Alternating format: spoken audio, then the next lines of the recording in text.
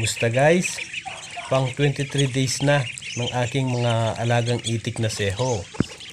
Ganun pa din yung aking pinapakain, yung Integra 3000. At yung aking nilalagay na vitamins sa kanilang inumin, yung dextrose powder.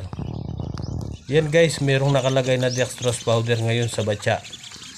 Kapag narumihan na yan o naubos na nila, ay malinis na tubig na lang ilalagay ko. Hindi ko naaluhan ng vitamins. Sa mga ngayon pa lang po nakapanood ng aking mga video, pakitignan na lang po sa ibang video ko kung ano pong klaseng dextrose powder at Integra 3000 o 1000 na tulad ng aking sinasabi po ngayon. Ito naman yung aking mga pato guys o mga bibe. Kung mapapansin nyo po, laging malinis ang kanilang balahibo. Hindi po sila nawawalan ng paliguan. At kahit na umulan, hindi po nagpuputik ang kanilang kulungan dahil ang ginagamit ko po dyan na pinangtampak ay buhangin. Ito naman yung aking ginawang pangitlugan ng aking mga bibe o pato kasi po malapit ng mangitlog. Hollow blocks lang po ang aking nilagay at ibinaon ko po ito ng bahagya. Hollow blocks, tapos nilagyan ko ng bubong at yung kawayan na naging patungan ng bubong.